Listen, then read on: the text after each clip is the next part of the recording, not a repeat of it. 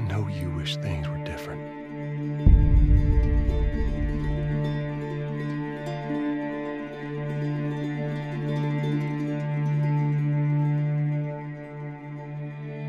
I wish things were different.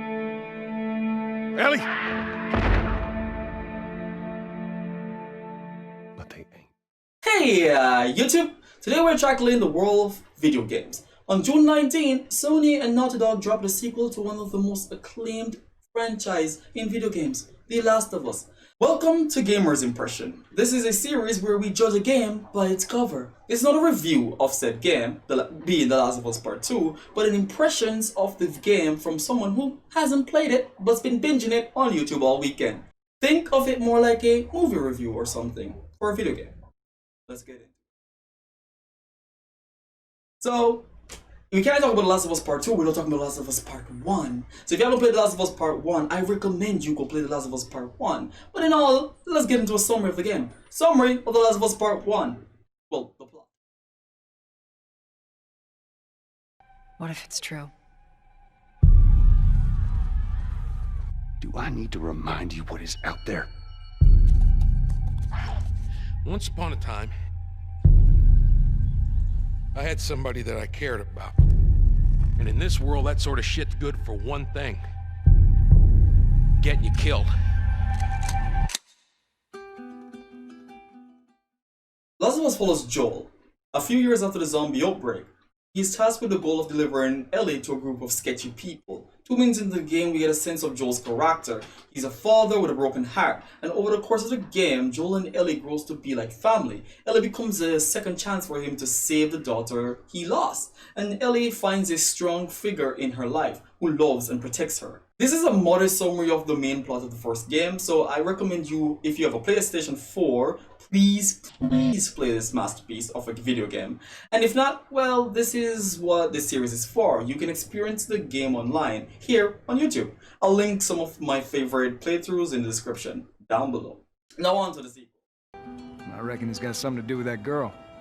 Is that it? It can't be for nothing. In a single summary, the sequel to The Last of Us is about revenge. Cliche as it sounds, The Last of Us Part 2 is a thrilling and gripping experience that will have you on the edge of your seat. On its own, The Last of Us Part 2 remains an enthralling game with an unseen technical achievement this console generation. The wizards at Naughty Dog continue to flex their creative muscles and show why they are the reigning kings or queens of visual presentation. As a sequel for the first game, unfortunately, there is a giant misconnection between the writers and their goals. Now let's talk looks.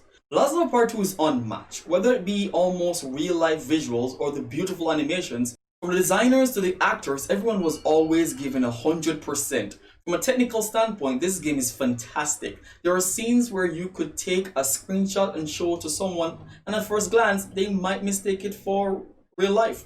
The colors always pop, and each material shader looks as they would in real life. Metal has a clear sheen and reflective surface are baked to represent an almost ray traced effect. The lighting is phenomenal. Naughty Dog knows how to light a scene. The animations are glorious. The actors sell each emotion well, and their faces can speak more than their words. These are sold most effectively in emotional scenes, to which there are many. You'll surely feel something watching some of these scenes. Sometimes though, gameplay animations can look a little wonky as the characters float to another frame, and after you stab, choke, or slash an enemy, you may get sick of the same animation. Some varied gameplay animation could sell the gameplay world a little more, but these are far and in between, and I may just be being picky, as the game handles animations beautifully.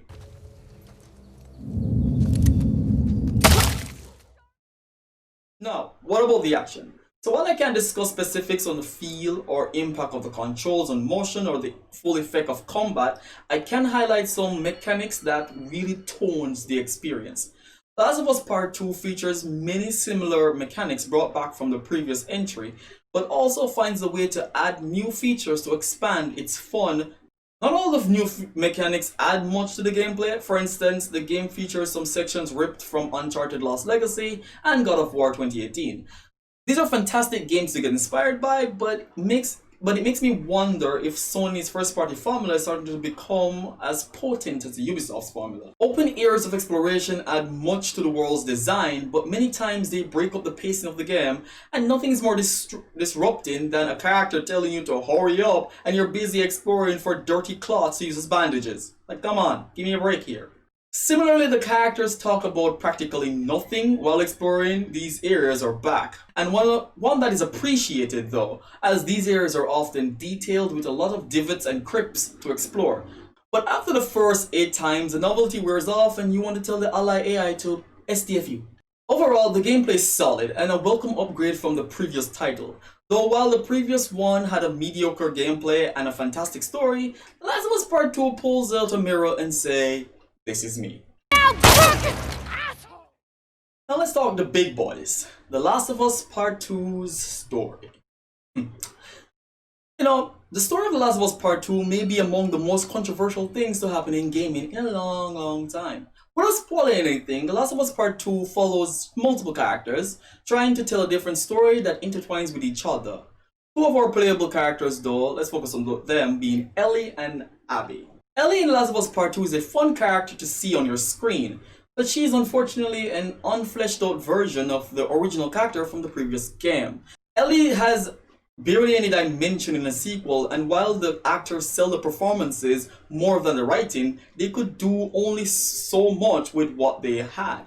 And you can see the stark contrast to Ellie's character in certain scenes, akin to flashbacks. In the first game, Ellie was a sassy character, but she was a 3-dimensional one at best. The game explored her youth, struggles of being a child in a post-apocalyptic world, being immune. There are scenes that explore her psyche and a horrible past. Over the course of the game, Ellie's character has chances to evolve without feeling drowned out by the main character, Joel. There is a very important scene in Last of Us 1, about 15 to 17 hours in, where Ellie must save Joel but ends up being captured. Those who have played or seen the first game knows exactly where I'm talking about. These sequences of events builds not only the audience love, but also their understanding for Ellie as a character. It also explored Joel's connection to her as he hunts to save her. It was a neck stabbing and throat clenching moment. On the other end of the spectrum though, we talk about the other playable character, Abby. Similar to Ellie, Abby exists. Moving on.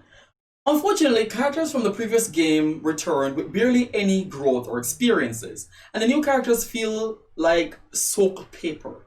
They are so thin and add little to the experience, you'll be shocked to think that these were the same developers who wrote the first game. I'm not sure if they are the same developers though, so there's that. My favorite is the war veteran introducing themselves to a group of people they have never met, seen, or heard of before, even though in the previous title they had to massacre an entire group of people to stay alive, who may or may not be looking for them. That is the beauty of Last of Us 2's writing. Like the characters in Last of Us 2, the writing and plot takes a back road that was better off being a side thing than a sequel. There are many times the writing Last of Us 2 tries too hard to get an emotional response out of its audience, but barely ever putting in the work to do so. One example is when you read a note saying, Santa, can I get a dog so Daddy and I can feel protected because he locks himself in his room in a destroyed house. You feel something. Or if you're like me, you rolled your eyes so hard they could explode in your socket. This type of writing becomes stale in the world. You kill an infected, bam, there's a note or a letter trying to make you feel bad. The flashbacks are also another area where the game taunts you with what you came for, but ultimately never got. Hey, Last of Us Part 2, stop. Just please flippin' stop. I want to talk about representation in this game and how it goes against anything people of marginalized groups want when it comes to representation in the media. Please stop making characters from these groups the enemy. And if that's your route, then at least have the courtesy to write a character people can relate to, even if it's just on an emotional level. The Loss of My Sanity 2 sometimes feels like it hates its audience, opting many times to treat them like an afterthought. Even the trailers blatantly misleads the audience, hoping to gauge a reaction. Many times I'm looking at this game, it's like it's trying so hard to get me to either feel something, and it just rarely ever tries to do it. Like literally putting the work to do it. You'll walk past and you see some writing on the wall saying, "Oh, they killed us," or "Oh, I strung somebody's neck and ripped their throat," or I don't think any actually said that, but it feels like that's what he's trying to say half the time, and I'm just like, cool, okay. I say if this game was detached from the previous game, it would be a perfect masterpiece in all areas. Well, except the writing. That remains written by someone who's never lived around human beings in their entire existence. In concluding though, The Last of Us Part 2 is a fantastic game. One I think if you're interested in the franchise, you should give a try. I also will be picking it up myself.